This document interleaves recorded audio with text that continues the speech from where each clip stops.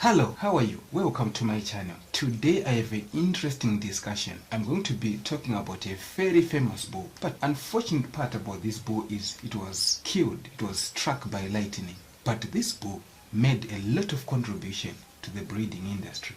What is the name of this bull? Its name is Picasso. So Picasso was a Boran bull, a very good bull with good genetics. So when it comes to bulls, of course, the scientific name that we give to male animals that we use in animal breeding, we call them sires. So someone would ask, what will be the most significant aspect, most significant contribution from a sire? It's important to note that a bull, in this case a sire, the one that we are talking about, Picasso here, it contributes about 50% of the genetics. So, during fertilization, when it is mating, it will contribute its 50% genetics. And the female, that we call the dam, it also contributes the other 50%. So you can see, if a bull is going to contribute 50%, it's a very important aspect of your breeding program. So which bulls are you using for your breeding programs? And are they contributing the good 50%, what we are calling favorable genetics? Or you are just picking any bull? It's important for you to pick a bull that has been evaluated, what we call genetic evaluation, to check if the genetics are actually good, if the 50% is good for production and leading to profitability. So coming back to the example of Picasso, the Boran bull, which, as I said, made a lot of headways. Let me write here, it's a Boran here. It was a Boran bull, a very good bull. So it was used by a company in South Africa, alright? And these are the owners of the bull. It did a lot of contribution in terms of good genetics. It's always important for us to have good genetics, because good genetics, just one important aspect, it leads to profitability. There are a lot of traits that a bull like Picasso contributes. When I say traits, it's just a scientific name, which means characteristics. For example, growth, even meat quality, yes.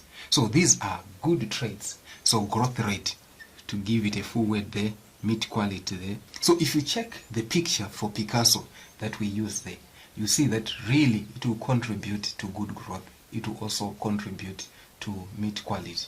Very important. What were the contributions of this bull Picasso to the breeding world?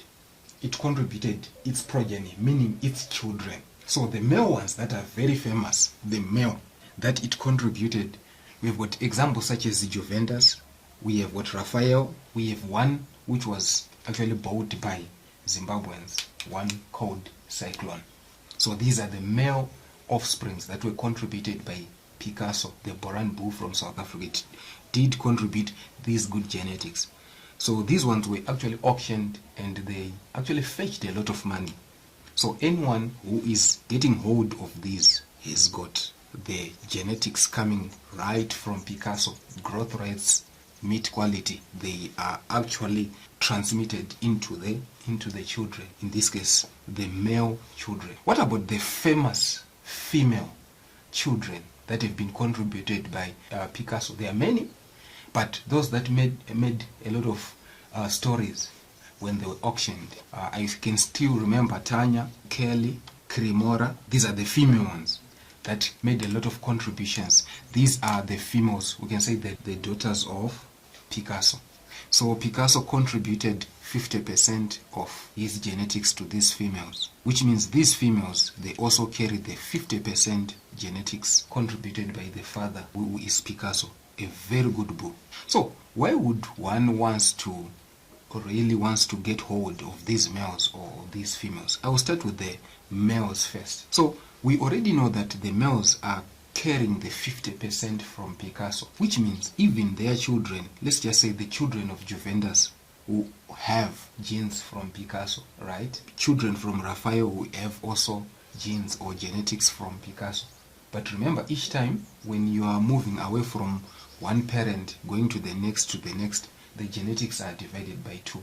So the first part from Picasso to, let's just say, to Raphael, is 50%. If Raphael then has another bull, the 50% we now divide by 2. I think it's going to give us about around 25%. Isn't it? Just going just like that. When you are getting, for example, Cyclone here, a good bull that was bought for a lot of money. If you check online, you can see that there are a lot of stories. It made a lot of headlines.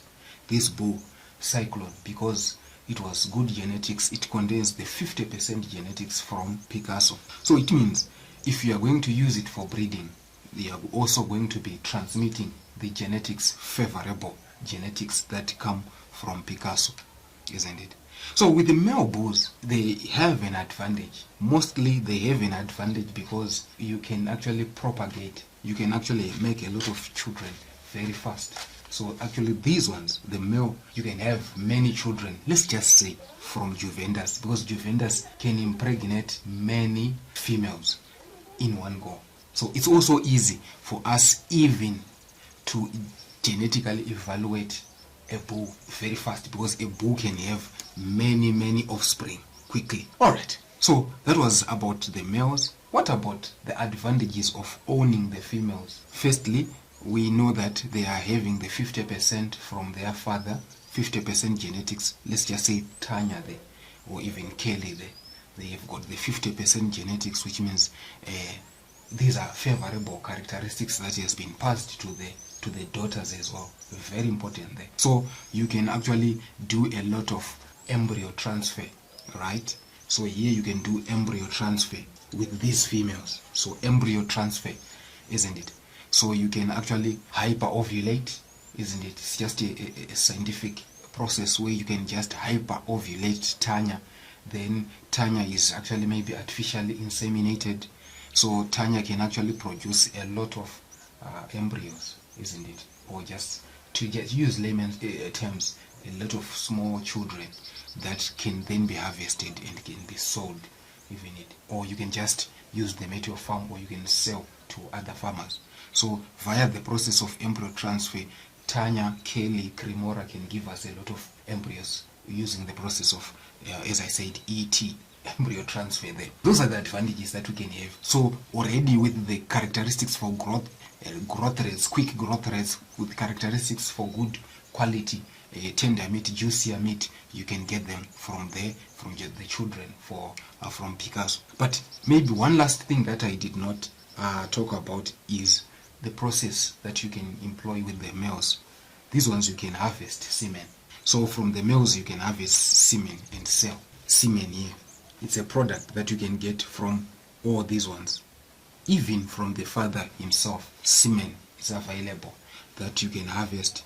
Then you can actually use and actually do artificial insemination in your heifers that you are having at your farm.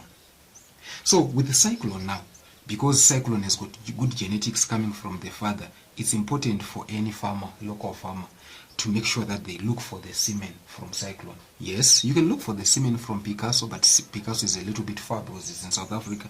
But for cyclone is around in Zimbabwe. So you can get hold of the owners of cyclone and you can buy straws of semen.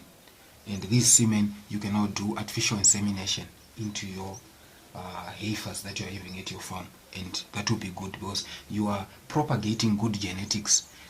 The one other thing that I did not mention was also coat color. So coat color is also another thing that you can get. Milk, coat color, growth rates big. They grow, these Boran bulls as well as the Boran females. They do grow very well and very fast. So semen, by artificial insemination, then you can inseminate. You can actually use maybe the services of a breeder who can actually come with the straws at your farm, and you can do artificial insemination there. So that's what I really wanted to talk about. I wanted to make sure that we deal with famous bulls that are out there. Unfortunately, Picasso, as I said, was actually killed by lightning. Picasso, we don't have him. But you should remember that even if Picasso is not there, they have enough semen stored already. They had harvested enough semen from the bull